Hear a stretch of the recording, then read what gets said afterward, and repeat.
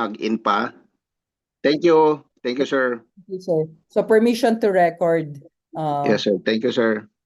So before I started, and I'm only recording now, and I've been talking for quite some time already, I was saying where to begin, and I've emphasized the fact that it begins with literature review. Because we operate in academic research, or in research for that matter, because of its academic nature, the no read, no write policy needs to be put in place. This is because this is to, one, provide a theoretical basis for any study that we want to make. And secondly, avoid replication also in the studies that we are making. I've been talking about also the process of research as a pendulum, but this is something that will become clearer as we move forward. Before that, so going now to this slide in front of you, I'm now looking at what is a literature review. What is a literature? And a literature is composed of a body of scholarly work on a particular topic. The particular topic that is often referred to in research is the concept that we are studying, which means, therefore, we need to know the concept. We need to know the key idea we are working on, especially in a dissertation. So, for example, this is a dissertation. I want to work on, for example, on territorial defense. That is a topic, I understand. But territorial defense is a very broad topic. We cannot simply work on territorial defense, simply as territorial defense. We need to be very specific about territorial defense. Now, in order for us to streamline our understanding of territorial defense, we need to read different literatures on territorial defense in order for us to be enlightened what type of territorial defense we are interested in. Are we interested with naval territorial defense, air defense? Are we interested with land territorial defense and things like that? So the literature, therefore, will refer to a body of scholarly work. And take note, it says there's scholarly work, which means, therefore, there is a bias in academic writing. We cannot simply include anything under the sun. There are texts that are acceptable. There are texts which are not acceptable. So, for example, I wanted to work on territorial defense. Can I simply look at the opinion piece of this author in the newspaper? The answer to that is no, because the opinion piece is precisely only that, an opinion. By referring to a scholarly work, we are referring to a body of literature that was subjected to a series of validation and verification in order for it to constitute a scholarly work. It is a system that academicians call as refereeing. Dapat na referee man lang yung idea. And remember, in an opinion piece that is published sometimes in a newspaper, while the editor has the right to refuse publication, the eye of the editor does not constitute a referee, the perspective of the referee, as it does that of a proofreader. Most of the time, the editors of newspapers, and I might be wrong because naabutan ko naman yun, pero hindi ko pa nasubukan nag-publish ng opinion piece. Pero ang alam ko, the opinion piece is solely that, the opinion of the one writing the opinion, and therefore is not representative of the newspaper that published it. For that matter, while the editor allowed the publication of the opinion, it is only, the role of the editor is only facilitative and not therefore referee. As a referee or one that validates what is being said. Yun yung kailangan nyong i-distinguish. Kaya dapat, pag sinabing scholarly body of work, normally journal articles yan. The highest form or the highest body of literature that you can recourse to is a journal article. However, because many of you are working in public administration, a policy, because of its series of ratification, will also constitute a scholarly work. Kasi na-subject siya sa process ng ratification, na-ratify. Kaya consider siyang scholarly work kasi maraming experts yung tumingin, maraming experts yung nag-vet, and things like that.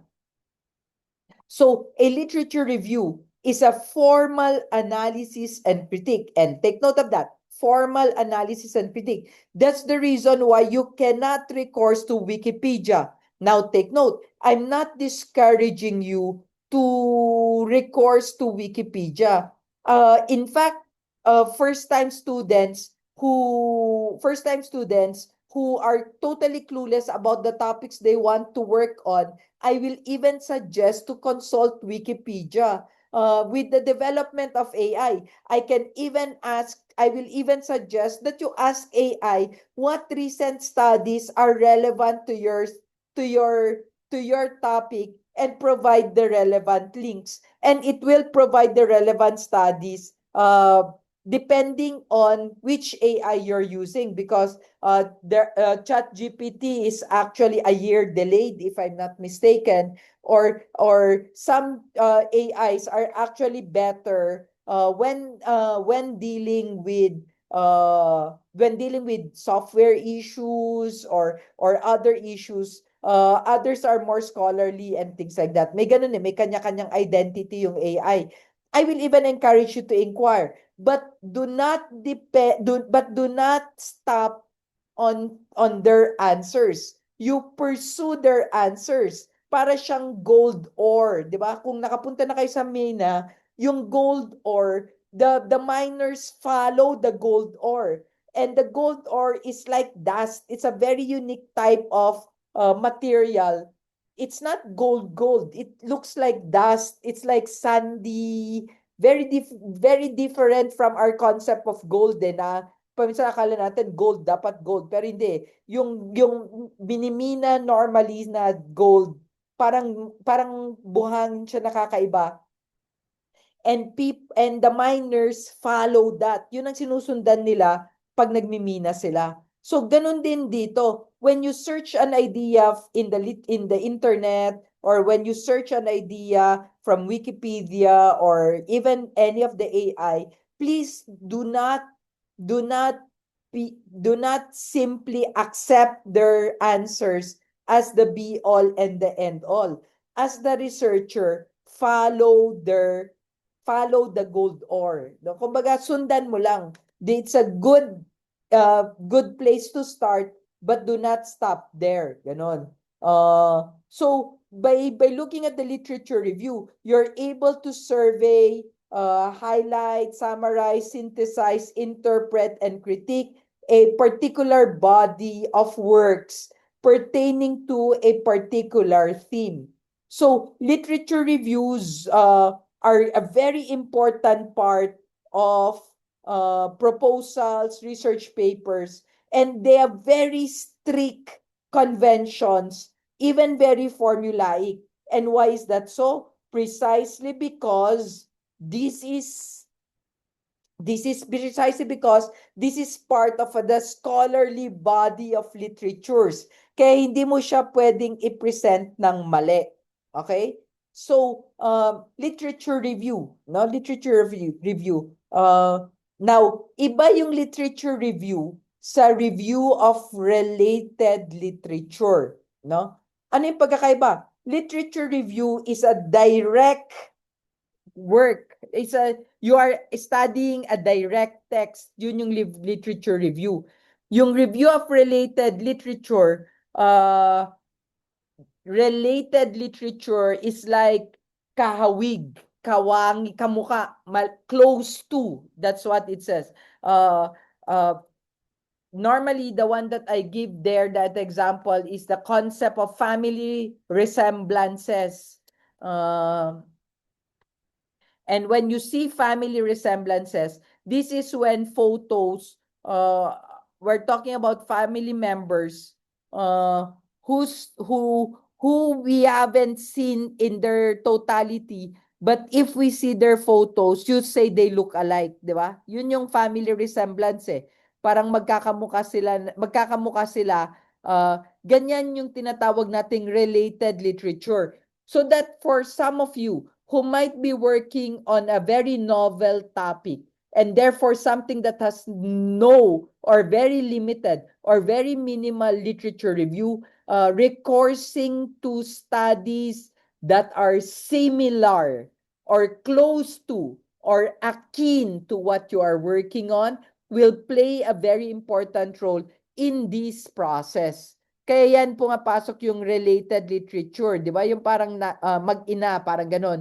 Parang i-replicate mo yung muka o ginagaya mo yung research, ganon eh. And kahit na magkaiba sila, parang ganito, yun yung sinasabi natin. Parang ganito. And because you're talking about it like this, you are therefore able to push forward an idea that has no or very limited theoretical base, very little or very small theoretical base, but because of the principles that has been discussed, you are now able to recognize how you will move forward or how you will push yourself forward. Ganun kahalaga po yan. So, halimbawa, many of my studies focused on the Black Nazarene or the devotion to the Black Nazarene, no? Filipino religiosity yung pinag-aaralan ko. Now, even if I'm working on the Black Nazarene, you need to understand that there were barely very small people who studied on the Black Nazarene when I studied it. So what do I need to do? In order for me to provide a mode of analyzing the Black Nazarene, where scholars will recognize the devotion, even if very little has been spoken about it, I need to replicate accepted studies about popular religiosity, read literature about popular religiosity, use concepts from these literatures about popular religiosity, and use them as the basis for explicating the devotion.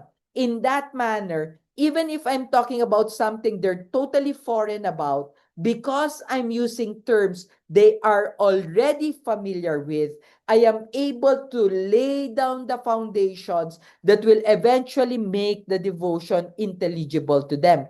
Ganun yung ginagawa ng RRL.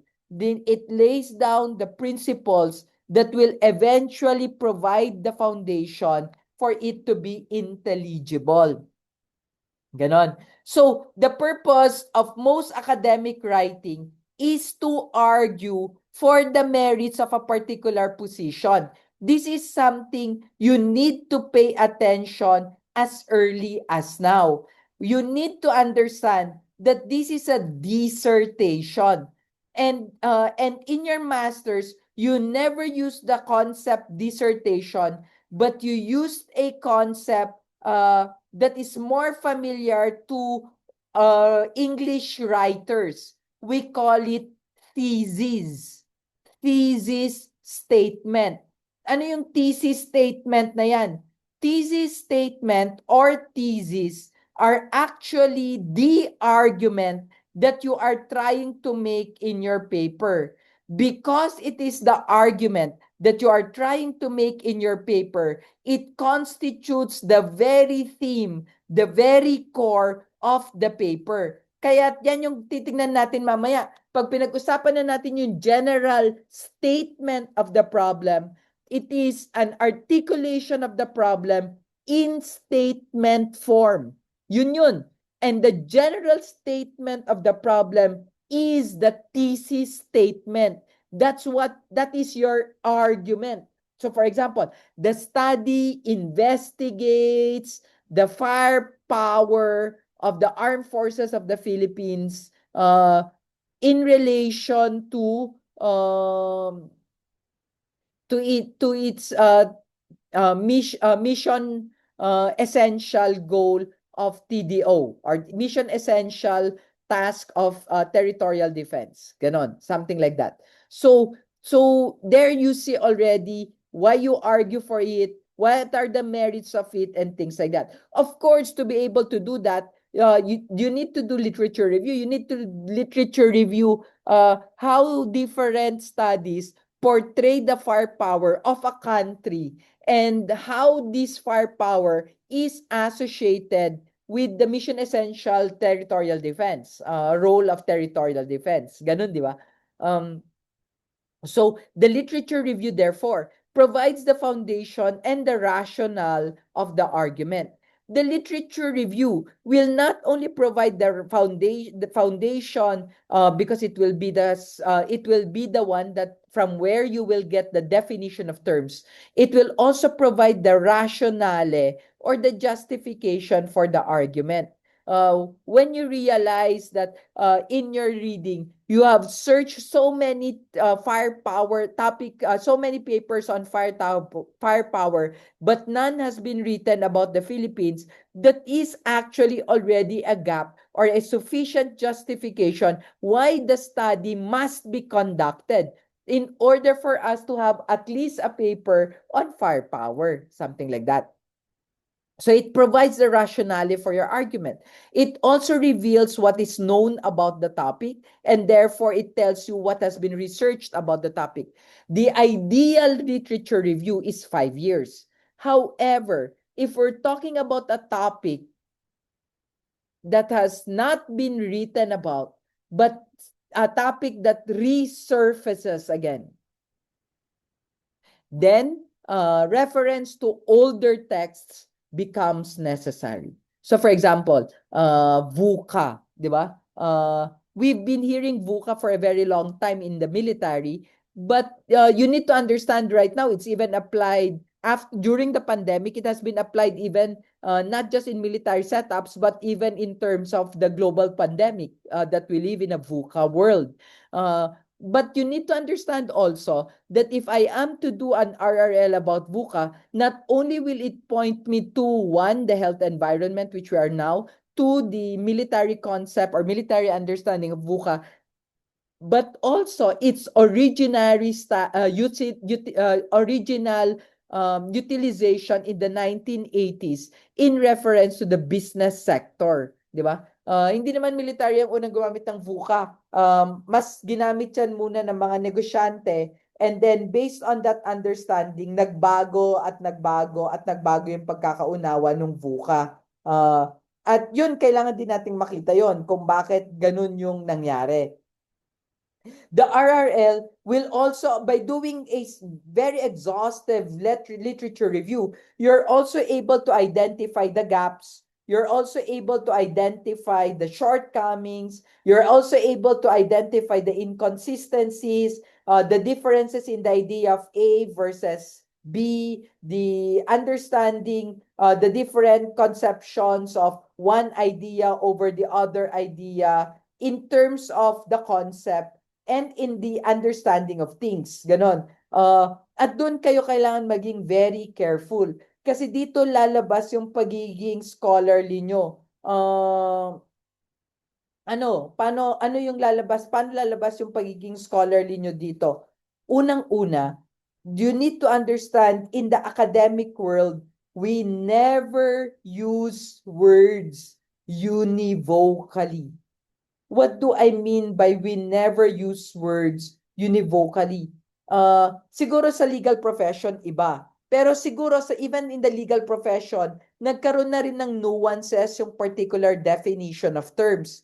Pero halimbawa sa academic world, pag ginamit namin yung isang salita, hindi ibig sabihin na yun lang yung pagkakagamit ng salita na yon since time immemorial. O pag narinig nyo yung salitang yun lang ang ibig sabihin nun. Hindi pwede. So halimbawa, merong salita sa philosophy na parating ginagamit, ang paulit-ulit na ginagamit, being. Halimbawa, being. No? Pero tatandaan nyo, iba yung being ng Parmenides, yung ancient philosophy, iba yung being or esse ni Santo Tomas, iba yung etre ng mga French, iba yung Sein ni Heidegger. pero lahat yon sa English, being ang translation. So pag ginamit mo yung salitang being, hindi mo pwedeng i-assume na parehas tayo ng pagkakaintindi sa salitang ito. Kailangang bigkasin noong nagbabanggit ng being yung tradisyon na pinagmumulan ng konseptong ginagamit niya. Ganon din sa research. In the RRL is very important because the literature review does not only provide the theoretical base, it lays down the operational definition of the concept as it will be utilized in the study. Which means, therefore, when I do my RRL, makikita ko, in my understanding of being, hindi ito yung nakabasa na ako ng tatlo, lahat ng tatlong nabasa ko, iba yung understanding nila ng being sa pag-intindi ko ng being. So, ibig sabihin, yung pag-intindi ko ng being, iba sa kadalasang binibigkas o ginagamit na pag-unawa ng being. Pero, may nabasa rin ako na teksto, halos kamuka o katulad ng pagbigkas ko ng being. Kaya kailangan ko ring banggitin yung kamukhang-kamukha ng being na ginagamit kong salita para maidikit man lang o magkaroon man lang ng justification na hindi lang ako hilo-hilo o hindi lang ako nahihibang na gumagamit ako ng salitang being na hindi naman ganun yung pagkakagamit ng kahit na sino sa buong mundo. Ganon. So the RRL makes that possible. The RRL also tells me, oh, itong thinker A na to, ganito lang niya ginamit yung being. Halimbawa, gravity, di ba? Sa Isaac Newton, yung ginagamit natin most of the time to define gravity, to refer to the falling of the force that pulls the object to its center. However, you need to understand that even in the scientific world, gravity is never used univocally. Kasi iba yung gravity ni Isaac Newton, iba rin yung gravity gaya ng pagkagamit ni Albert Einstein. O kaya iba na yung atom gaya ng pagkakagamit ni John Dewey doon sa atom gaya ng pagkakagamit ng iba pang mga philosophers o ng ibang, di ba? Halimbawa ngayon, kausapin mo yung atom, si Brian Greene, string theory na, bukan niya. Yung iba naman, ang pinag-usapan nila, fermions, bosons, mga ganon. Ibang mundo yung pag-explain at pagpapaliwanag nila ng being. At dahil ibang-ibang mundo yung pag-explain at paggamit nila ng being, kailangan bigyan nyo rin ng pansin yung pagkakagamit na yon. Kasi hindi nga parehong-pareho yung pagkakaunawa nila ng atom o ng iba pang mga konsepto gaya ng nabanggit na. So the literature review, therefore, shows how the shortcomings led to your own research questions, and in this way, you build the case or evidence for your own study. Ganyan kahalaga yung literature review na yan. At kung bakit kailangan siyang gawin ng matino. So, the task of writing a literature review consists in three main parts. One, identifying the relevant literature. So, gaya ng sinabi ko sa inyo, there are plenty of literature out there that talks about gravity. You do not have to be exhaustive.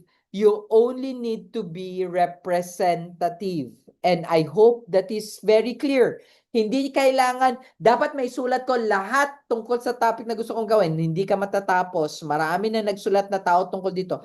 Pero kung hindi mo man kayang i-exhaust lahat, na alam ko hindi mo kayang gawin, yung representative ideas man lang, ma-portray mo. Okay? So you have to, tatlo yan lagi. So first, identify relevant literature. So umpisa, download ka lang ng download ng maraming literature o maraming journal articles. Lalo na ngayon, kakailanganin nyo na yan. So ask nyo si Sir Mark tungkol sa EBSCO host login details nyo. Kasi kailangan nyo magkaroon ng access doon sa electronic library ng PUP. At kailangan maka-download kayo ng maraming journal articles tungkol dun sa topic. So, halimbawa, sir, ako ang gusto kong topic, yung security detail ng politicians. So, okay, security detail ng politicians. So, download ka ng lahat ng study na mahanap mo tungkol sa security details ng politicians. Okay, iba, sir, ang gusto kong pag-aralan ay cybersecurity. Ganun din, download as many articles that you can about cybersecurity. Yon, identifying relevant literature yon. Siyempre, because we're not simply identifying literature, but identifying relevant literature, doon nyo rin makikita, download kayo ng download, pero sometimes, habang dina-download nyo, ini-skim nyo na rin siya. Sinesearch nyo na rin siya. At pag sinesearch nyo siya, sabi niya, ay, ito hindi ko kailangan. Ay, ito kailangan ko to. Ay, ito hindi ko kailangan. Ganon. Nagtatapon din kayo. So, hindi lang kayo download ng download. Dapat nagtatapon din kayo ng mga text na dina-download nyo para hindi naman lahat nandyan. Unless kaya pa ng computer nyo, so sige lang, download lang kayo ng download. Pero pag halimbawa naghihingalo na yung computer nyo, bawal na. Hindi nyo na kayang gawin yun. Huwag na kayong download ng download. Okay? Second, after you have identified the relevant literature, then it becomes more interesting because that's the time you need to organize the literature. What do I mean when I say organize the literature? Not only do I download the literature, I need to be able to put the literature together in a way that they will form a mind map of sort or a schematic diagram where I am able to see how this literature's idea is related to this literature's idea and how these two different ideas or two related ideas constitute, puts together, brings together what I want to talk about. Ganon, organizing. Tapos, pagkatapos kong i-organize yung literature, I talk about the review itself. The writing itself. So, ganyan yung pinag-usapan natin when we're talking about literature review, this is survey as a way of surveying scholarly articles, books, and other sources. And when we say other sources, we refer to dissertations, conferences, and the like, relevant to a particular issue, area of research, or theory that you want to study. This will provide you with a short description and a critical evaluation of work critical to the topic, and it will also offer you an overview of significant literature published on the topic. Ganon eh. Kailangan familiar ka. Bakit? Kasi if you wanted to talk about the topic, tapos meron talagang kilalang thinker tungkol sa topic na yon, tapos nagsulat ka ng dissertation tungkol sa topic na yun, tapos hindi mo man lang siya binanggit, patay ka. That means you have not surveyed the literature properly. And that's something you need to pay attention to. Huh?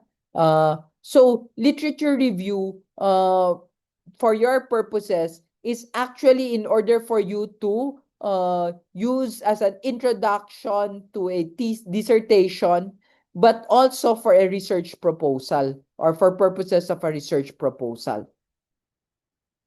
So as this will help you determine if the proposed research is actually needed.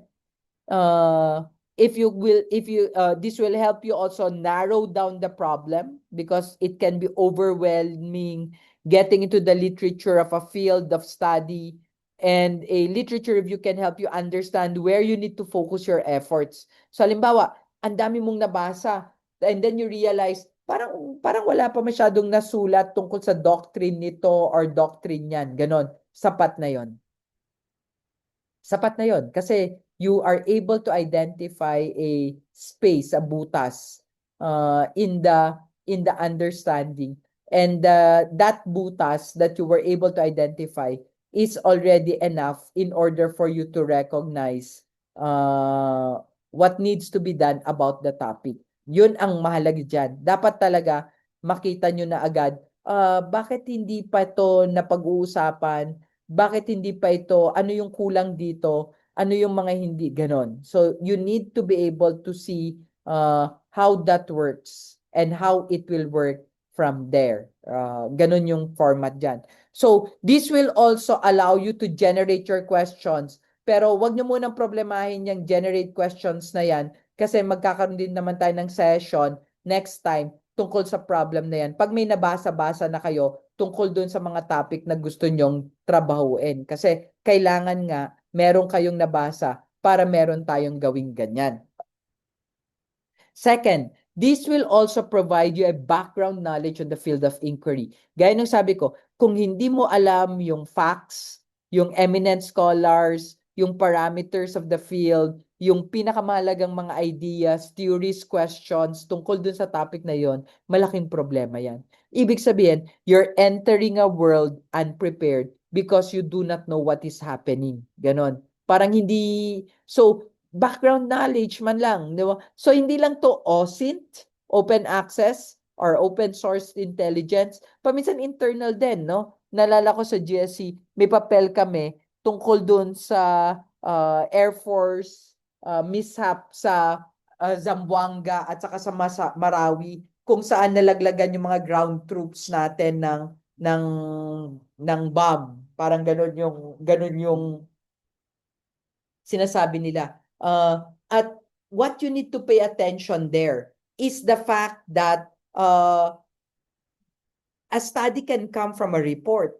And if the report says there was a miscommunication between Air Force and the Army, precisely because they operate on two different channels, na kailangan pang immediate ng isa pang channel para makapag-usap sila, that is already enough justification why the study can push through. So, pwedeng DBM reports, ganon. Pero kahit na hindi academic yung batayan, noong dahilan kung bakit gusto mo siyang pag-aralan, kailangan mo pa ring i-legitimize yung konsepto gamit ang literature review. So, you need to know who the eminent scholars are. You need to know who the experts are. Halimbawa, GSC, dapat alam mo man lang yung mga nagsulat dito sa GSC, sa MNSA, dapat man lang kilala mo man lang sila o na-refer mo man lang sila, di ba?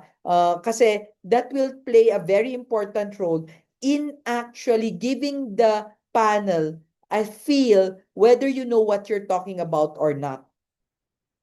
Gaya ng sinabi ko, if you miss a scholar, that is dangerous. It's very dangerous. Kaya paminsan pag may panel kayo, i-check nyo na agad kung may sinulat yung panel nyo tungkol dun sa topic na yon. Kasi sa ayaw nyo sa hindi, kailangang bigkasin nyo yun o kailangan isulat nyo yun o isama nyo yun sa study nyo, kundi patay ka. Magigisa ka ng malayong malayo. Kasi ibig sabihin, yung panel mo, alam din niya kung ano yung pinag-uusapan mo. Ganon. So, knowledge of the methodology. So, pero hindi lang to tungkol sa background of the literature, hindi lang to tungkol sa concept, kahit methodology. In fact, how you will proceed, how you will operationalize, based din yan sa mga researches na nabasa mo. Kaya paminsan pag lumalapit yung estudyante sa akin, sasabihin niya, Sir, paano ko ito gagawin? Paano ko ito gagawin? Paano ko gagawin to? Di ba parang, dapat nagbasa ka kung paano nila ginawa. Kasi bakit ko sasabihin sa'yo kung paano nila ginawa? Dapat ikaw, binasa mo kung paano nila ginawa at batay doon sa kung paano nila in-implement yung study, more or less doon ka rin didikit. Kasi ibig sabihin, ganun nila na ilabas yung datos, more or less ganun mo rin makukuha yung datos mo. Yun yung ibig sabihin nun. So, by reading, therefore, different texts, you are also guided in terms of the direction of the paper and how it will move forward. Now, before I started the recording, I already spoke about this one, the pendulum process. Nevertheless, it's worth repeating it before we go on a 5-minute break or 10-minute break if you don't mind. So here you see that it begins with selecting a concept or an idea that you want to study. So for example, Sir, I wanted to study how we manage military intelligence data or how we assign levels of secrecy, for example. So there you formulate a problem. With that topic, you already do RRL, di ba? Ibig sabihin, pag may topic ka na in mind, hindi mo gagawin yung research para lumabas yung RRL. dapat nag-RRL ka na bago ka gumawa ng research. Kaya nga hindi tinatanggap yung mga tanong na, what are the programs? Ganon. Hindi pwede. Dapat mag-survey ka na ng mga journals, hanapin mo na yung mga programs na ginawa para tatanungin mo na lang the extent, the status that these programs can be implemented. So, we never ask enumerative questions in the dissertation because enumerative questions are answerable by the literature review, which means if you ask a question in chapter 1 and you have a chapter 2, which is the review of related literature, you already answered the statement of the problem in chapter 2 when you should be answering your statement of the problem not in chapter 2, not in chapter 3, but in chapter 4.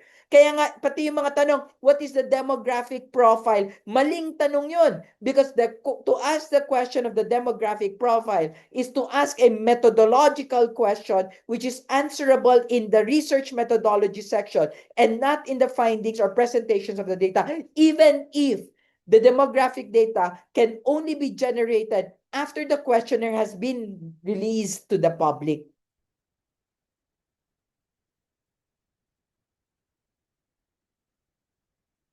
Kaya hindi tinatanong yung what is the demographic profile. When I did my first PhD in 2004,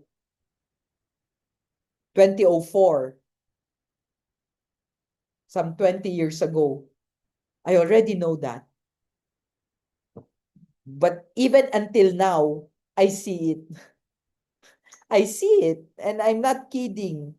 I'm the research director of San Sebastian Recoletos, College Recoletos, Manila, and you see it. No, I saw a teacher who's writing her dissertation from National Teachers College, and the same. What is the profile? Gusto kong makalbo ng multiple perspective.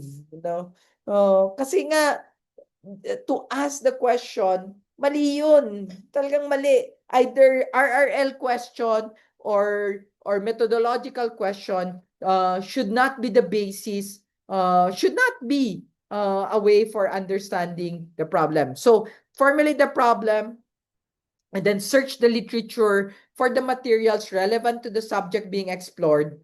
And therefore, searching the literature involves reading a lot, refining the problem, going back again to the problem, reading again, and the like in a pendulum manner. And then you evaluate the data. And by evaluating the data, you determine which literature contributes to the topic and the like. Ganon. Tapos actually, yung review of related literature, this is actually your library research answer to your statement of the problem. And because it's the library research answer to your statement of the problem, the way the literature review is organized is also like a mirror image of chapter of the statement of the problem, but also of chapter 2, which is your RRL, and of chapter 4, chapter 4. Ang pagkakaiba lang dapat, yung chapter 2, generic yung chapter 2. Pero pagdating nyo na sa chapter 4, dapat branded na yon. So halimbawa, firefighting power. Yung pinag-usapan ko kanina. Sa chapter 2, firefighting power na generic. Lahat ng topic tungkol sa firefighting power lang. Pero pagdating sa chapter 4, yung presentation and analysis of data mo na, branded na dapat to. Dapat to, tumigas tuloy yung lumabas yung pagka-Ilocano, branded. Branded dapat to. At pag sinabi mong branded, dapat yung AFP, ganun, firefighting of the armed forces. Dapat malinaw na yung pine-present mo, hindi na yung generic na idea lang. As in generic, parang alam niyo yung pag bumibili kayo ng gamot, tapos generic lang yung gamot na binibili nyo. Ganon. Generic versus yung branded. Yung branded, talagang of the armed forces, of the ganon na dapat yon specifically. Okay? So then you can analyze and interpret, discuss the findings. Makikita nyo kung bakit yung RRL babalik na naman doon sa chapter 4, and this will also allow you to format and create your bibliography there. It's 7:20 in my watch. Let's go for a 10-minute break. After 10 minutes, we'll resume discussion. Or do you have questions at this point? Wala. Okay naman kayo. Sige. Quick break, 5 minutes, and then after 5 minutes, I will resume my discussion. Thank you. 5 to 10 minutes. 10 minutes na lang. 10 minutes. Thank you, sir. Bye-bye. Thank you, sir.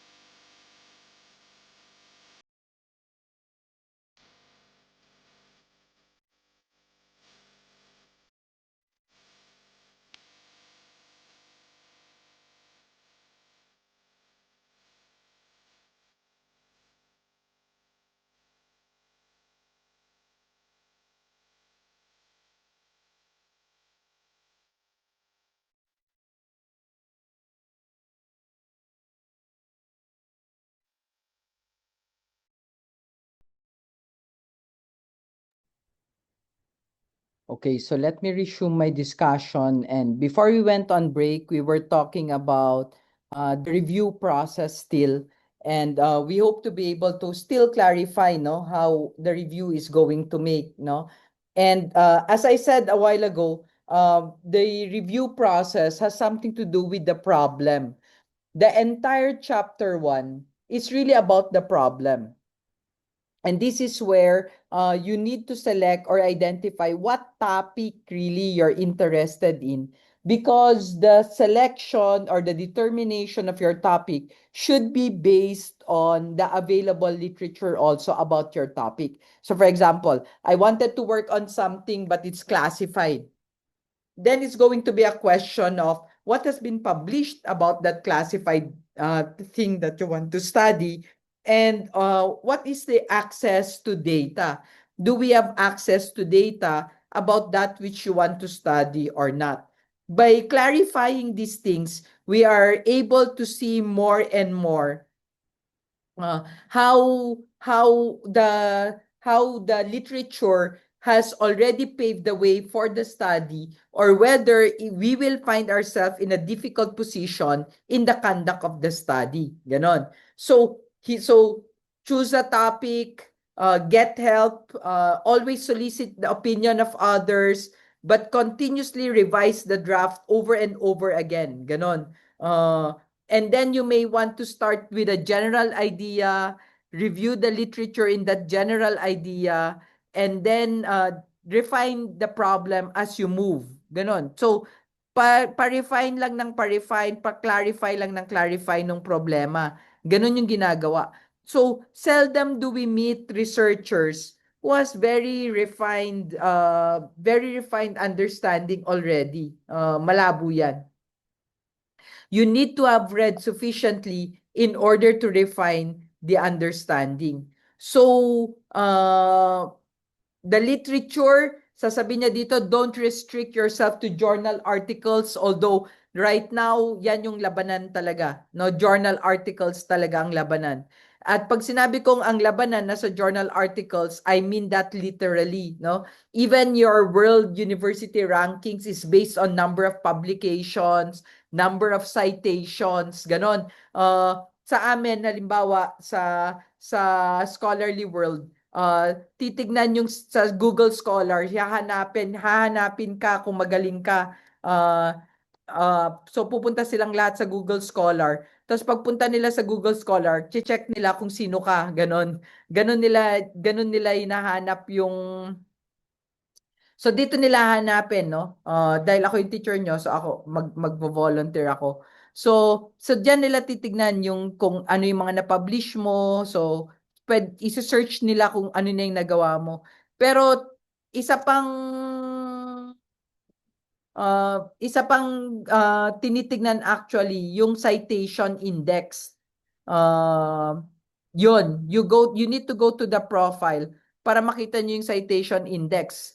Yung citation index, yun yung magsasabi, sinasite ba to, binabasa ba to, ganito. Ito yung citation index.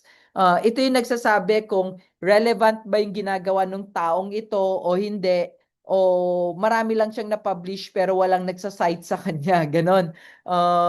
Now, to be cited doesn't mean you're good. Sometimes sinasite ka kasi mali yung sinabi mo, ganon.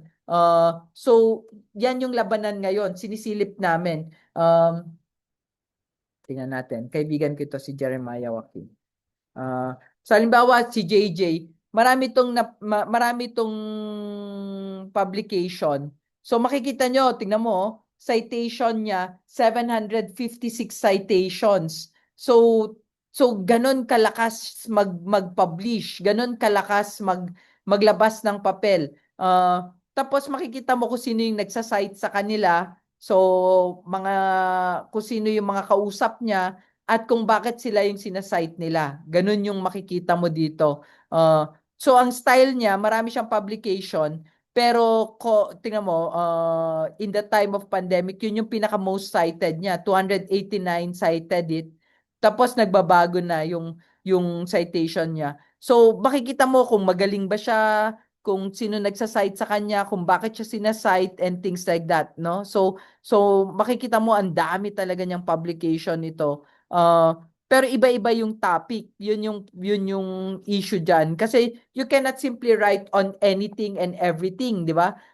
Kailangan pag nagsusulat ka, malinaw din bakit yun yung sinusulat mo at kung bakit doon ka expert. So yung mga studies niya before, marami siyang sinulat na hindi sinasite, pero meron din siya mga sinulat na talagang pumutok at sinasite talaga. So, the scholarly citation, yan yung labanan ngayon. Parang sinasabi nila, oh, sinasite ka ba? O hindi ka o hindi ka sinasite. Sa Ivan estudyante ko tong sa Ivan. See? Ang taas ng citations niya, lalo yung mga during the pandemic, ang tataas ng citation ng pandemic eh. Tapos makikita mo yung style din nila na nagko-co-author sila. Kasi syempre pag co-authors, magdo-double yung citation. So makikita mo lahat ng mga sinasite na ng matataas, yung mga double authors kasi hindi lang iisang tao ang nagkakalat, mas maraming tao yung nagkakalat, ganon. Silang lahat mako-author sila. Ako hindi ako mako-author. Actually ako wala akong co-author. Talagang lone survivor lang ako. Kaya talagang wala akong OTC. Pero lahat sole authorship ako. Wala akong co-author. See? No co-authors at all. Talagang ako lang nagsulat on my own. So ganyan yung laro ngayon. In fact, ganyan yung labanan ngayon. Sino nagsasite, paano ka sinasite, sino yung rini-refer sa'yo. So, halimbawa, pwede mo kasing hanapin yung mga nagsasite na yun eh. Sino yung nagsasite sa'yo. So, makikita mo yung mga works na nag-cite sa'yo. Pwede mo ring silipin kung sino yung mga naghahanap sa'yo. Ganon. Ganyan yung style dito sa citation battle nito. So Google Scholar is a very very good repository also for that kasi parang lahat yata ng schools ngayon rine-require na nila na mag-Google Scholar yung mga teachers nila. Tapos doon nakikita ko sino yung nagsasite, bakit sila sinasite, mga ganyang mga concerns. But don't restrict yourself to journals, no? Look into books. You'll need to know and cite the work of major contributors in the field, and a lot of that are in the books. Check important information in the reports, conference proceedings, other non-journal sources, government websites, professional associations. Those are all helpful. Yung EBSCO host, sabi ko sa inyo, kailangan meron kayo nun. Hihingin natin kay Sir Mark yan. So this is the first thing you do. You search the literature, what other work in the area of interest has been published, give a preview of the number of articles available. If your topic is already written about, select a slightly different topic, slightly different, wag lang yung eksaktong-eksakto. Modify the focus of the objective and things like that. Recent journal issues, that's also very something that you have to pay attention to. Lalo yung mga escalating war, nangyayari pa lang, yon kailangan hanapin nyo yung mga yon. You have to review that.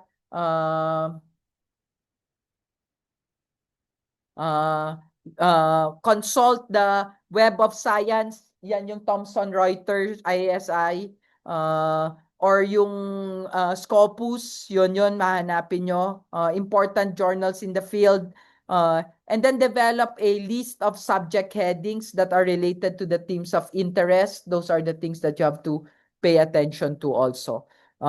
Search across multiple databases and information. Don't just use one, dito Medline, kasi yung pinagkuhanan ko nito, Medical World. Read the literature throughout the search process, ulit-ulit. Search should help refine the topic and start writing. And then think ahead, no? The more one learns, the more questions come to mind. Keep a list of this question, and then read again about this question. Ganun siya eh. And then save your references, no? Sinasuggest ko Zotero. In fact, I know a journal na hindi siya magpapublish ng article mo pag hindi naka-Zotero o Mendeley. I think Mendeley yung journal na yon. Pag hindi Mendeley yung ginamit mo to organize your literature, hindi niya ipapublish. Ganon. Kaya nga lang, word of warning, if you download Zotero or Mendeley, it's free. It's all free. You can use it for Mac. You can use it for non-Mac users. But it consumes a very huge memory space. Kaya kung halimbawa namamatay na yung laptop mo, I assure you, mamamatay yung laptop mo pag dinownload mo yung Zotero at saka Mendeley. At least sasabihin ko na sa inyo na yung mga citation manager program nito katulad ng RefWorks, EndNote, Zotero, Mendeley, they consume a lot of memory space for the computer. So, but better to record too many references than have to return a few weeks or even months and spend hours trying to relocate where you got this, where you got that, no?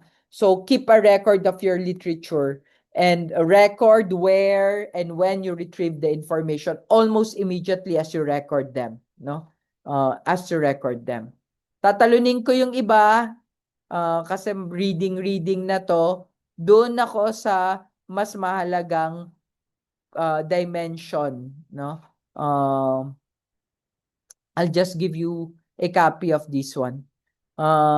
So ito na, organizing na tayo. Organizing the literature that you find. Use a system that allows you to reorganize your ideas. Ron Cooley suggests a slide sorter function in the PowerPoint. Pero ako hindi slide sorter yung ginagamit ko. Wait, ano na pa yung sinuggest ko na? Sandali. Meron akong app na sinasuggest na mas maganda. Sandali lang, hanapin ko lang yung I think it's this. Yes, I'm correct. Sandali lang, hanapin ko lang yung app na yon. May app ako na sinasuggest.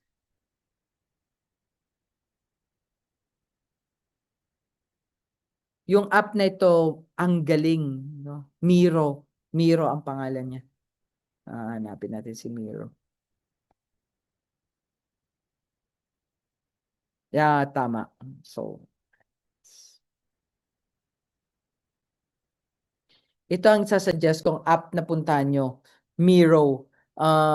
Itong app na to, kaya niyang mag-mind map ng sobrang galing.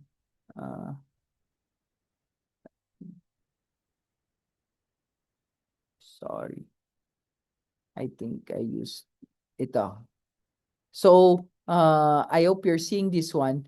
Pero itong Miro na to, so kaya niya lahat, kaya niyang gumawa ng flowchart, kaya niyang gumawa ng mind map, kaya niya lahat, technically lahat talaga. Tapos pwede mo pang i-save sa PDF, pwede mong i-save. So ito yung galing, sobrang galing ng app na to, I swear.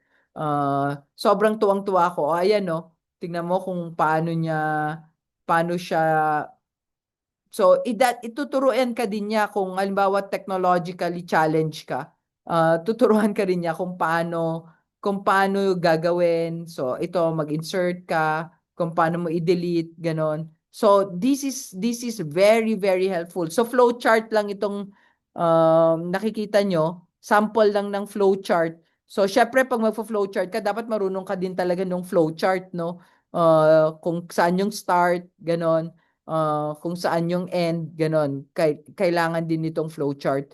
Tapos pero kung ayaw mo ng flowchart, pwede rin yung iba, no? Iba naman, so pwede mong palitan yung board area. So ito lang ang gusto kong makita, ganon. Pero hindi lang ito ang gusto kong pakita sa inyo. Na gusto kong ipakita sa inyo na kahit hindi lang nag-reset ako lagi. Ano ba 'to? Libre lang eh. So, kaya niyang, kung yung mind mapping lang, kaya niya ito. Sobrang ganda ng Miro. So, ito yung sasuggest ko. Innovating Workspace AI-powered collaboration platform. Tapos, pwede rin siyang team building. Pag marami kayong gagawa, kaya din niyang gawin yan. Kasi pwedeng i-add mo lang yung mga members, ganon. Tapos, kaya niyo nang gawin yung workflow o kung ano man. Kwan. But the point is, organize the thought. At ang suggestion dito ni Ron Cooley, PowerPoint slide sorter. Pero ako, ang suggestion ko, Miro ka na lang. Then consider color coding. That will help you separate ideas and evidences to show relationships in the study. And also to avoid plagiarism, use a system to identify direct quotations and sentences and paragraphs that you have paraphrased. Dapat ngayon, kaya nyo nang mag-paraphrase. In fact, paminsan, ito hindi to legit. Kunyari na lang hindi nyo narinig. Pero kahit paminsan, pag may quote ka, tapos gusto mong i-paraphrase, you can ask AI to paraphrase na eh. Tapos ibibigay mo lang yung general tone and direction. Kaya niya i-paraphrase, tapos i-edit mo na lang ulit to your voice. Ganon eh. Kaya niya na mag-paraphrase. Kaya dapat wala ng plagiarism ngayon masyado. Kasi hindi ka na magka-copy. Hindi na pwede mag-copy. So pwede ka na utos na synthesize o utusan mo na paraphrase or summarize yung AI. And AI will gladly do it naman for you. You only have to, so possible siyang mangyari. Yun ang sinasabi ko. So, organize information in a way that makes sense. At paano mangyayari yan? Siyempre, statement of the problem. Statement of the problem yan. Pag nakahanap kayo ng RRL, dapat yung RRL nyo kamukha ng statement of the problem. Yung statement of the problem, magiging batayan ng RRL nyo. Sandali, tatalon lang ako para makita nyo yung gusto kong sabihin.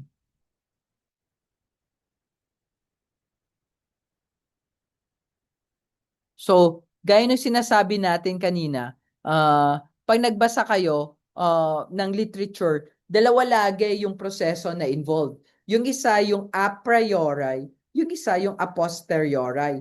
In the a priori approach, you have to read anything and everything related to your topic. Yung a posteriori approach, you have to read only those that are related to your research problem. So yung isa, cast a bigger net kasi hindi mo pa sigurado kung ano yung gusto mong pag-aralan.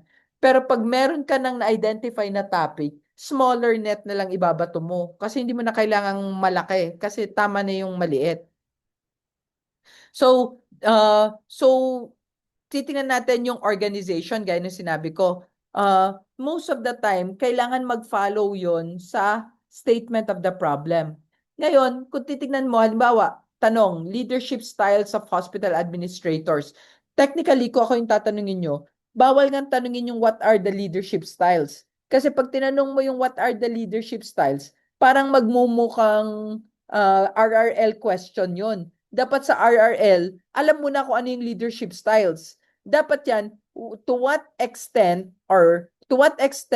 do hospital leaders or do hospital administrators practice the following leadership styles? Ganun dapat yan. Para sa RRL ko pa lang, yun na, leadership styles of hospital administrators. Tapos mag-identify na ako ng A, B, C, ganon. Ano yung mga leadership styles ng hospital administrators?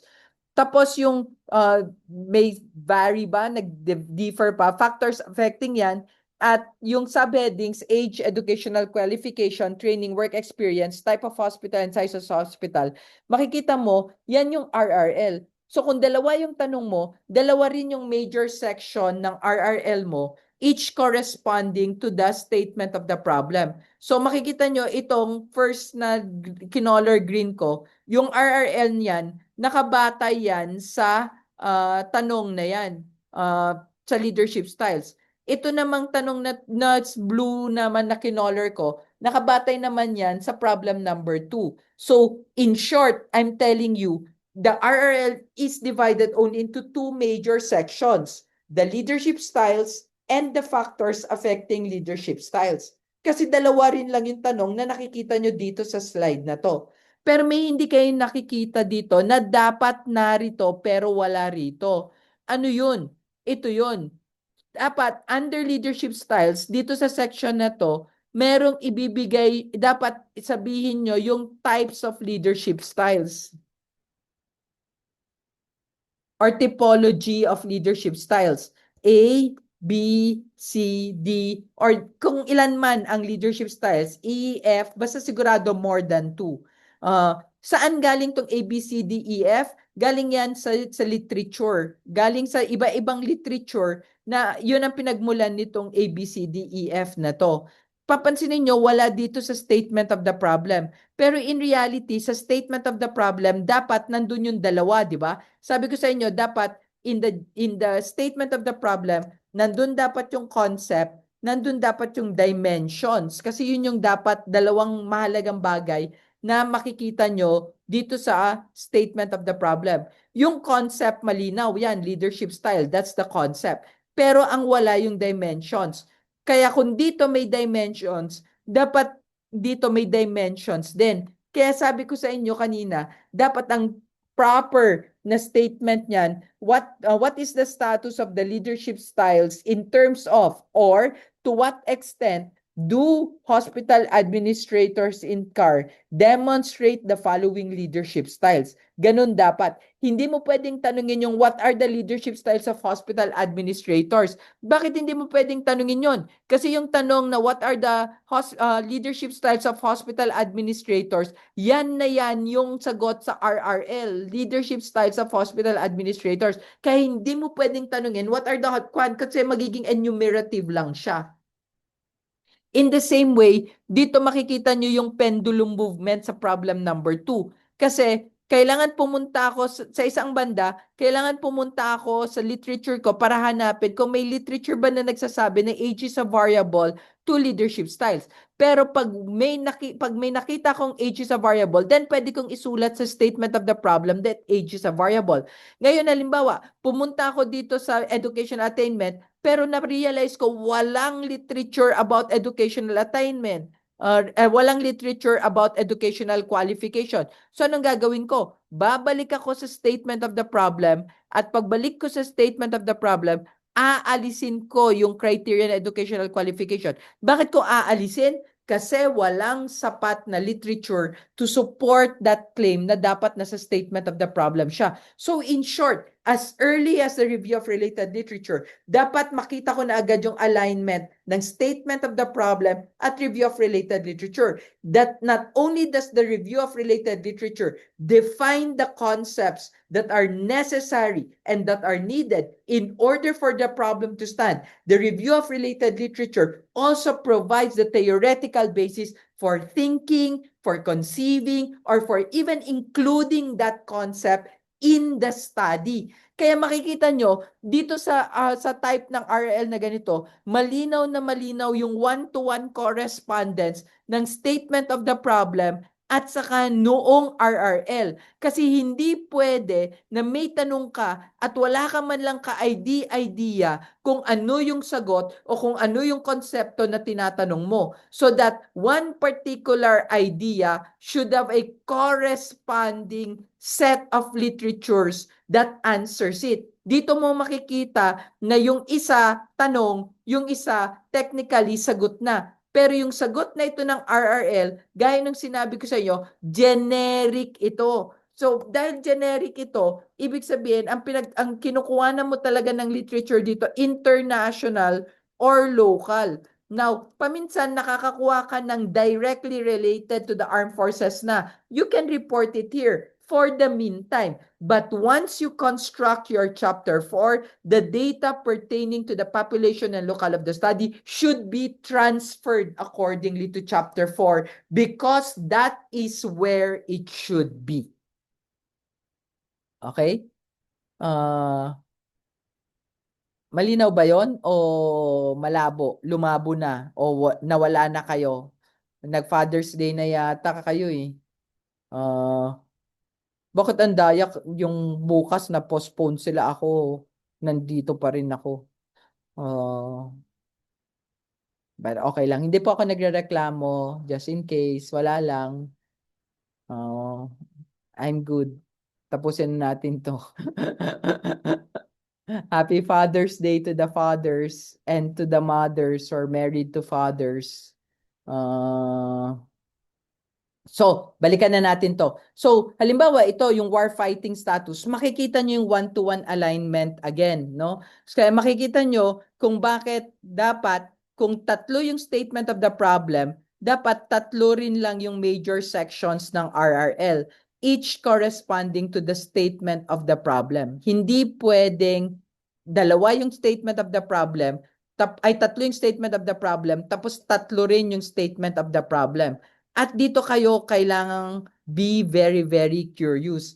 Bakit? Sa karanasan ko, kahit sa GSC, paminsan problem number 1 lang ang nagagawa ng RRL. Yung problem number 2 at problem number 3, wala ng RRL. Pero in reality, dapat meron. In reality, sinasabi ko kasi yung ibang matigas talaga yung ulo, ayaw. So, halimbawa, status ng warfighting, so in terms of, dito, sa example nito, makikita nyo kung ano yung concept, makikita nyo kung ano yung dimension ng concept. So, yan din yung hahanapin nyo sa RRL. May RRL ka ba na equivalent sa concept? Ito yon. At sa dimensions ng concept. And correct, meron. So, gaya ng sinabi ko, so, ano bang nauna? Chicken and egg yan. No? Mahirap sabihin na una yung RRL bago sumunod yung statement of the problem. Parang chicken and egg yan. Basta ang mangyayari dyan, pendulum na lang para mas maganda. Pag galing dito sa statement of the problem, i-check kung merong RRL. Kung meron sa RRL, isusulat ulit sa statement of the problem. Ganun siya. Mas nagsiswing kaysa unidirectional movement. Okay? Kaysa iisang ganun lang, nagsiswing talaga siya na ganyan. Now, kailangan yung tingnan din na kahit na normally, gaya ng sinabi ko sa inyo, sa experience ko, ito lang ang nabibigyan ng RRL. Mali yan. Kasi dapat, kung tatlo yung statement of the problem mo, dapat tatlo rin yung RRL mo. Ibig sabihin, kung may statement of the problem ka about weaknesses and strengths, dapat meron ka ring RRL tungkol sa weaknesses and strength. At kung meron ka ring about interventions, dapat meron ka rin talagang RRL about interventions. So, dito nagkakaroon ng problema. Akala ng mga ibang scholars, pagdating sa what suggestions, what strategies can we make, iisipin lang nila yan from the tip of their heads. O kaya sasabihin nila, ay ito kasing gusto ko, ay ito yung gusto ko, yan na lang implement ko. Hindi po ganun yan. Kahit yung mga best practices sa mga taong nakaranas ng ganong weaknesses, o mga units o mga armed forces na nakaranas ng ganung weaknesses, kailangan ma-report mo rin sa papel mo. Ibig sabihin, pag ang gusto mo talaga warfighting capability, talagang hinanap mo ano yung possible weaknesses sa warfighting capability na naranasan ng ibang mga armed forces at ano yung ginawa nilang interventions at yun na yun din ang i-report mo dito sa RRL. So, ibig sabihin pa lang, sa RRL pa lang, matibay na yung theoretical base mo. Ibig sabihin, yung sa RRL pa lang, meron ka ng generic na sagot sa statement of the problem. And then I'll reiterate, hindi lang yan tungkol sa generic na sagot sa statement of the problem. Tungkol din yan sa pagbibigay ng operational definition at hindi lang pagbibigay ng operational definition, kundi pag-clarify doon sa tanong at sa sagot na inaasahan mo dahil sa tanong mo, no? So, hindi mo pwedeng sabihin, "Sir, I cannot tell you yet what this is about because I don't know yet." No, you cannot say that. You cannot say ito lang ang alam ko, hindi pwede. Dapat alam mo na 'yan o dapat nabasa mo na 'yan o dapat napag-aralan mo na 'yan, ganon. O dapat na survey mo na 'yan. O kaya sasabihin, "Oh, what are the answers to problem like this?" Tapos sasabihin mo, "Sir, kasi iniisip ko pa." Hindi pwede. Dapat naisip mo na 'yan. 'Yun ang point ko. Dapat may literature na 'yan. Kung sasabihin mo sa akin, "Sir, magbe-benchmark pa lang ako." Hindi eh. Kaya nga dapat dito pa lang sa RRL, nailabas mo na yung benchmark mo, nailabas mo na yung standard na gusto mong i-implement. Kasi dyan pa lang sa RRL, dapat kitang-kita na kung ano yung gusto mong gawin. Yun yung sinasabi ko dyan. Ah, di ba ang hirap? Kasi yung iba, sir, hindi naman ganyan kadali yan. Alam ko, hindi ganyan kadali. Kaya nga tinuturo ko sa inyo kasi hindi ganun kadali. Pero ganun dapat. Ganun yung ideal. Ganun yung proper. Di ba? Now, kung ganun yung pagkakaayos ng RRL ko, or pag ganun dapat pagkakaayos ng RRL nyo, then dun yung makikita kung paano dapat siya i-organize para siyang, ito yung tinatawag na naman ni Ron Cooley na nesting dolls.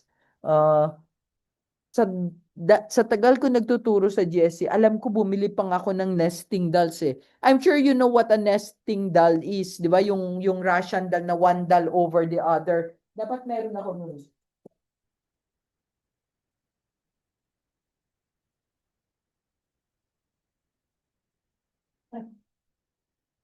Hindi ko mahanap.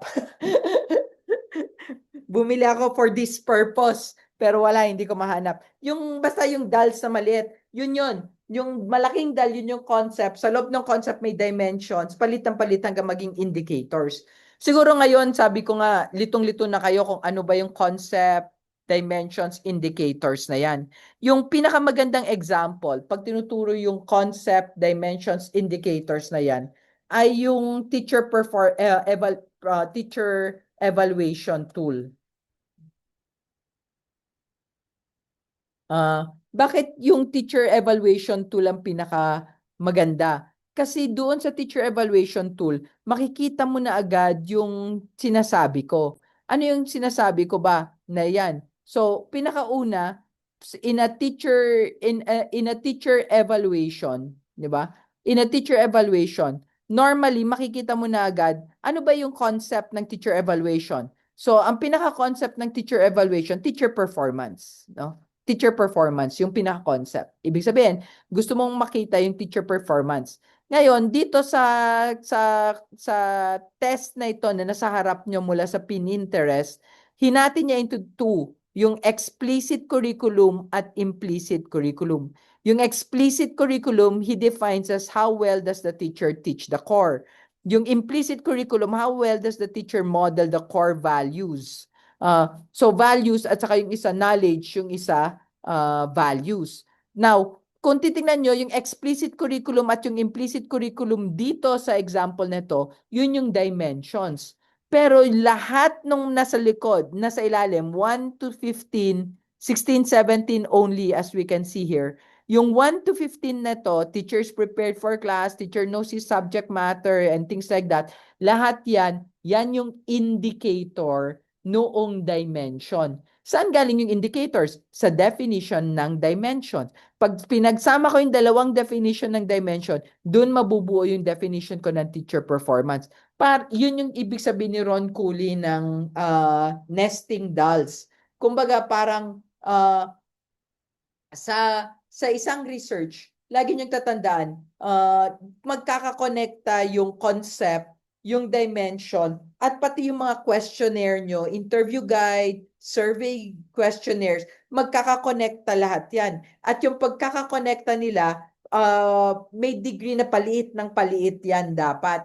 So, ibig sabihin, isang konsepto, at least two dimensions per dimension, at least two indicators man lang. Depende kung sapat na yung indicators mo. Later on, pagpunta natin sa paggawa ng instrument, makikita nyo na yung indicators dapat concrete, specific, experientiable, calculable, ganun. Marami siyang criteria. Kaya ganyan lang siya ka-simple statements. The teacher knows his subject. Teacher is organized. Ganon. In fact, bawal pa nga yung mga yung mga conjuncts. And except if ang nangyayari ay sinusubukan niyang pag-usapan yung dalawang reality na nandoon. Kung hindi siya pwedeng gamitin na ganon. Okay? So always begin with the outline, 'di ba? Na pakita na yung outline. Marunong naman siguro kayo mag-outline na kung ito yung dimension, dapat at least two. Laging ganun yan. Laging at least two. yung dimension dapat. So, dito napapasok kung paano ipe-present. At dito nagkakaroon ng problema maraming estudyante. Bakit? Kasi yung mga parang dalawang school yan o dalawang tradition lagi yan ng scholars. Meron yung tinatawag kong young ones, no? Once upon a time, yan yung ONCE, at saka yung young ones na ONES. Yung mga young ones upon a time, sila yung nagtuturo na dapat yung RRL per literature. So, halimbawa, Calano wrote in, kababab, bababab, bababab. Ganun dapat. Kumbaga, per thinker yung atake, per text yung atake. Silo yon, yun yung tinatawag naming silo. Tandaan nyo na hindi mali yung tinuro sa inyo. Tama yung tinuro sa inyo na yon. Valid din yon ng RRL. Pero take note, valid siya noong mga 1990 o 1980. Hindi na siya valid ng 2025. Gaya nung sinabi ko sa inyo, noong 2004, when I was writing my dissertation in linguistics, bawal na ganon yung way, bawal na. Pinipilit na kaming mag-synthesize ng idea. Ibig sabihin, hindi yung teksto na kino-quote mo ang magde-determine ng presentation mo, ng literature mo, kundi yung theme, yung tema na pinag-uusapan mo. So, halimbawa, leadership style. So, leadership style, kahit mag-quote ka ng 10, 15, 12 na authors tungkol sa leadership style, nandoon lang siya under leadership style. Hindi siya yung Calano A, Calano B, Calano C, hindi ganoon. Wala akong pake kung sino kino-quote mo. Basta ang mahalaga na weave mo sa akin ng maganda kung anong ibig sabihin mo ng leadership style, kahit na galing yan sa iba't ibang author, kahit na chap-chap yung pag-unawa mo, okay lang. Basta dito sa RRL, napakita mo yan. At pag ganun yung ginawa mo, nag-chop-chop ka ng maraming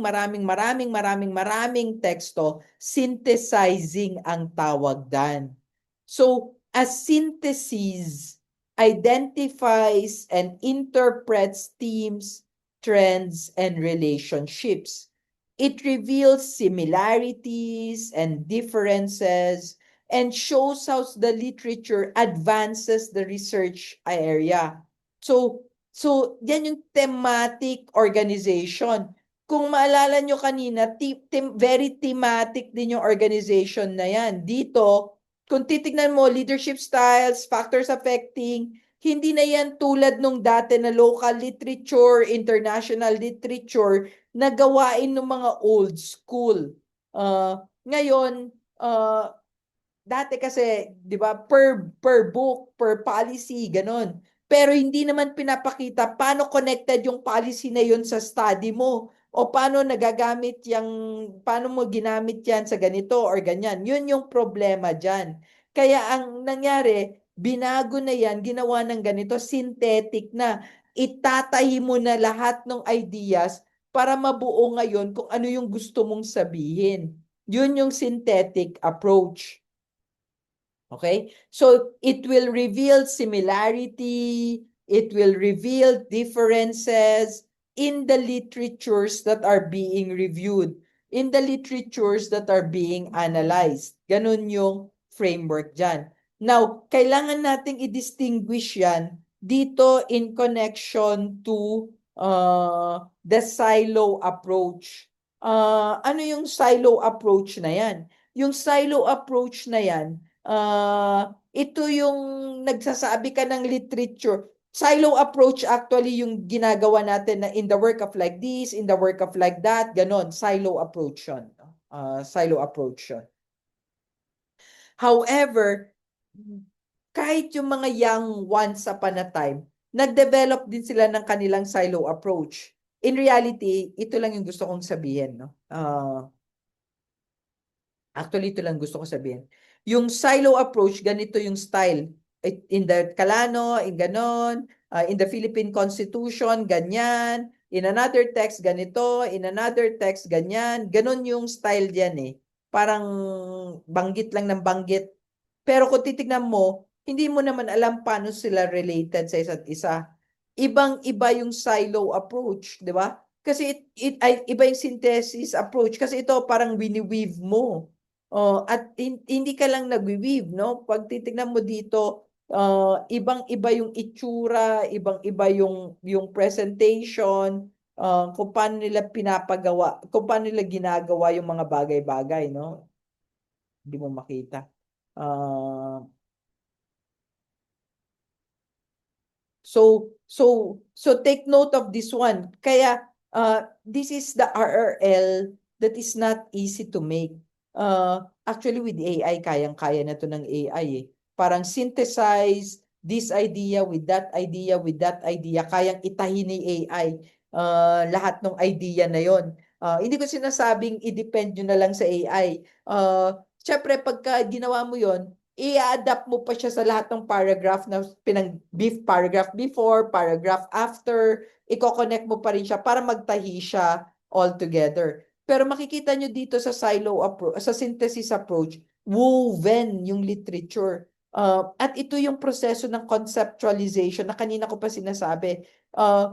Nagwi-weave ka ng mga trends, ng mga ideas to form the framework that will serve as your lens. Di ba? Kumbaga yung lente mo, ito yung mga bagay na titignan ko dun sa text.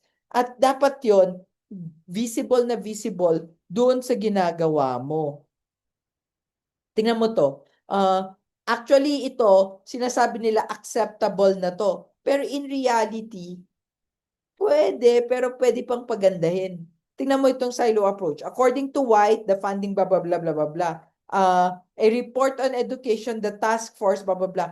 Technically, ganito na ngayong style. Pag ganito ka style magsulat ngayon, tinatawag na nilang synthesis yan. Pero hindi yan synthesis. Kasi kung titignan mo at i-analyze mo talaga, iba-iba yung sinasabi ng tatlo. Iba yung sinasabi ni White, iba yung sinasabi ng task force, iba yung sinasabi ni Pelletier, at hindi mo sila tinatahi together. Dapat ma-weave mo sila para mabuo yung fabric kung saan tatayo yung study mo. Ganun eh. Yun yung synthesis approach. In contrast to, dito sa baba, synthesis approach, pinagtahi niya na, tinahi niya na lahat. Although, paminsan, pag may paisa-isa ka na ganito, White, Task Force, Pelletier, tapos bilang isi-synthesize mo, acceptable na rin yun, actually. Acceptable na rin yun. Pero more guidelines for the distinction between silo and synthesis, no? So sa silo, each study is discussed separately, comparisons are not made and relationships are not drawn. Sa synthesis, no study is discussed in isolation. Yan yung sinasabi ko, mahalagang mahalaga. Dapat lahat ng study related sa isa't isa. Study findings or methods are compared and relationships are drawn. Yan yun eh. Lagi mong tinatahi sila. Alam mo yung pag nagninit ka, nung bata kami, nagcrochet yung tita ko, maputol lang yun, masira lang yun, magbabago lahat eh. Magbabago yung buong karanasan ng mga bagay-bagay. At yun yung kailangan yung i-pay attention din. Kasi, syempre, kailangan matinurin yung pagkaka-weave ng mga bagay-bagay. Sa silo, no relationship is drawn between your research and the research discussed in the literature review. Sa synthesis, students' own research at the center of the discussion, analysis and comparison of all the studies are made in relation to the themes identified in the research. Actually, kaya yan ni ChatGPT, sasabihin ko na sa inyo. Pero hindi nyo narinig sa akin to. I will deny. Kasi technically, trabaho dapat yun ng katwiran mo na kaya mong mag-synthesize. Pero paminsan, marami lang ginagawa, hindi makasynthesis. Kayang i-synthesize ni ChatGPT. Alam mo lang kung anong problema ni ChatGPT? Wala siyang detail. Hindi siya nagbabanggit ng detalye. masyadong broad, masyadong generic yung kanyang sinasabi. At yun kayo dapat mag-pay attention. Pero actually, si ChatGPT, pwede mo pang cite sources or cite quotes, ganyan, pwede pa eh, kaya pa niya talaga. Literature review is organized chronologically or even randomly sa silo, habang sa synthesis, literature review is organized by themes that are relevant to the study. And as I said, the themes that are relevant to the study follows exactly the statement of the problem. Bakit? Kasi the success of the thesis depends on whether you were able to answer the statement of the problem or not. Kaya ang determining principle sa outline ng papel yung statement of the problem. Kaya nga pag halimbawa nag-dissertation defense kayo, tandaan nyo, pag binago yung statement of the problem, lahat babaguhin mo. At sana naintindihan nyo yun. At sana malinaw yun sa inyo. Pag binago mo yung isa, lahat magbabago. Tandaan nyo yan. Tandaan nyo yan. Sinabi ko yan sa inyo. Kaya dapat yung statement of the problem nyo, matinong-matino, hindi dapat kayang sirain. Okay? So, here in the silo, individual studies are referred to only once, pero di naman dito synthesis pa siyang ulit-ulitin kasi sections of the study yung tinitignan. No? Hindi lang iisang part, kundi sections of the study. Okay? Kaya, so see, very thematic, pero depende yan sa statement of the problem, gaya ng sinabi ko na sa inyo. Okay? So, ito yung sinasabi ko kanina. So, remember, the RRL cannot be simply an accomplished chapter pag nagawa nyo. It is a body of corroborative and counter-corroborative evidence that can support, validate, clarify, give meaning to the conceptual, substantive, and operational dimensions of the research. It provides the supporting threads that are interwoven with the analyzed data to strengthen the texture of the research problem, even in Chapter 4. At yan yung makikita nyo, pagdating sa Chapter 4, kailangan malinaw din natin kung ano yung relationship na ito dyan. Kasi in reality, kahit na Chapter 2 lang yung RRL, in reality, yung buong RRL, babalik at babalik siya sa paggawa ng statement of the problem, sa pag-provide ng actually wala ng hypothesis ngayon. Kaya nga lang, dapat alam mo pa rin kung paano sinasagot yung tanong mo, di ba? Kasi yun yung problema natin sa operationalization in the end. Pwedeng alam mo kung paano yung tanong, pero hindi mo alam kung paano sagutin. Alam mo maganda yung tanong, pero wala kang ka-idea paano sagutin. Kaya paminsan, pag ako, yung estudyante, nakita ko, tatanungin ko, answer the statement of the problem number 1. Kasi dapat, yung alam mo man lang kung ano yung inaasahan mong sagot.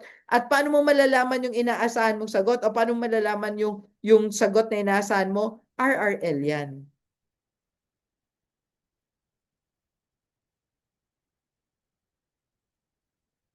RRL yan. Okay? So, technically, sa buong RRL, nandyan yan. Lahat. Tandaan nyo yan. Lalabas yan sa lahat, sa buong RRL. Okay?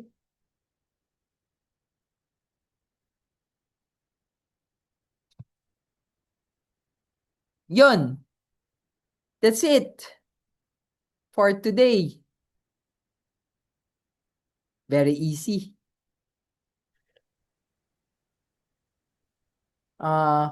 Siyempre, no read, no write. Gaya ng sinabi ko. Next meeting, statement of the problem na tayo. So, umaasa ako na sana makabasa kayo ng kaunti tungkol sa topic na gusto nyo para may theoretical support. Tapos, para sa next natin pagkikita, mabuo natin yung statement of the problem nyo. Ano yung mga tanong, ano yung general statement, ano yung specific statements of the problem. Yun yung aayusin natin next time. So in short, basa muna. Basa muna. Dapat may EBSCO host na kayo na access. Hingi na lang kayo kay Mark yung yung online library ng PUP kasi kaysa pumunta kayo sa PUP, may online library naman yan. So doon nyo pwedeng i-download yung journals, recent studies. Kung hindi nyo alam yung ano ba yung meron normally binibigay ko yung livegen.rs. Alam nyo ba yung livegen.rs? Yung so LiveGen is also very helpful. So ito livegen.rs. Pagpasok nyo dyan, dadalhin niya kayo dito. Dito, pwede na kayong mag-download ng anything that you like. I mean, maraming book dito actually that you like. So, halimbawa, cybersecurity, lahat ng books on cybersecurity, ibibigay niya. No? So, kaya niyang ibigay lahat. So, hanapin mo na lang responses to cyber terrorism. Tapos, titignan nyo rin kung ano yung file format, PDF, kung kayang buksan yung PDF sa inyo, EPUB, kaya ito ng iBook. So, pipiliin nyo rin yung format, file format. Ang dami, oh. Tingnan nyo, cybersecurity. Ang dami niyang pinapadala. So, Sir, oh, the name of the app is Library Genesis. livegen.rs. Oo. Livegen.rs. Kwanto hindi ito legal, pero third world revenge to the first world na to. Kasi wala, for educational purposes, hindi ko naman binebenta. So, yun yung justification ko kung bakit okay lang na gamitin siya. Pero pwede kayong mag-download anything actually. Lahat nandito. Kahit yung mga bagong libro, kung gusto nyo ng Atomic Habits, nandito rin siya lahat. As in, ayan Atomic Habits, lahat ng libro na lahat ng librong nasa isip nyo, it's here actually. Magugulat kayo kahit Kama Sutra, kung hindi ako nagkakamali, meron din siya. Oh, ha? Sabi ko na nga eh. So, I'm referring to the, not to what you're thinking, but to the original text na ito, yung Vatsayan. Ay, hindi ito. Sorry. Bakit yun? So, so ito yung rinirefer ko, yung Vatsayana. Ito yung original text niya eh. Nandyan naka-embed yon yung mga, yung eventually they played with it and made it more erotic than it is. Pero ganon. So, marami siyang libro. And then, unlimited download to, actually. Unlimited. You can download as many books as you want. So, yan din, pwede rin yan just to build the library base. Just to build the library base. Kailangan madami. Madami talaga para mabuo lang yung library base na. Okay? Okay. So, yun lang. I think that's good enough for me. And then, the next time we see you on, yun ang problema ko, baka sa 28, wala ako sa 28. But anyway, I'll check my schedule and notify everybody. Kung hindi, magpi-pre-record na lang ako para panoorin nyo na lang yung pre-recording. Ganun na lang yung gagawin ko. Para hindi na tayo magre-remedial. Watch na lang the pre-recording. Ganun. On the statement of the problem, paano gawin, paano buuin. Yun lang naman ang gagawin ko that time. Okay? Sir, O? running sir. Yes, Sir, sir. yung previous slide presentations mo, hindi pa namin nakuha yung copy nun, sir. Papadala. Baka pwede, baka tatlong sessions na tayo, sir eh. Wala pang na forward sa amin. Baka pwede namin mahingi. Upadala ko neto ngayon. Ay, okay. Ando na daw sa live gen. Download mo lang. Wala sa live gen yun. Grabe. Wala sa live gen yun. Ito, I forwarded it in the chat box. Thank you, sir. You're welcome, sir. Prof. Mark, may tanong ako. Sige po, please. Regarding ito sa gray literature, Apo? anong rules natin? Because ito yung materials that are produced by organizations, not formally published, diba? Through traditional academic channels. Oo. Do you have some guidance on the inclusion or Pag, exclusion of pag this gray government, literature? pag government documents, considered siyang reviewed or refereed almost immediately. Kasi public policy siya. Pero Yung yung, iba kasi paper reviewed, hindi din government, di ba? oo, yung ganun hindi talaga pwede. Okay, thank you. Actually, pwede nyo siyang yung mga halimbawa newspaper reports, narratives, ganon, na hindi talaga siya academic nature yung pagkakasulat. Pwede siya sa background of the study. Just to raise why the study is important. Pero hindi siya pwedeng maging theoretical basis or legal basis noong study nyo. Kasi yung mga conference proceedings, di ba? Ganon. Exempted ang conference proceedings. Conference proceedings is considered academic, sir. Yung mga technical paper, sir. Kasi Pwede rin yung technical paper. Considered scholarly pa rin siya. Kasi technical committee or scientific committee pa rin yung gumawa. thank you, Prof. Pero yung halimbawa narratives, yung report, newspaper clipping nito, ganon, hindi yun pwede ha. Bawal yung newspaper clippings.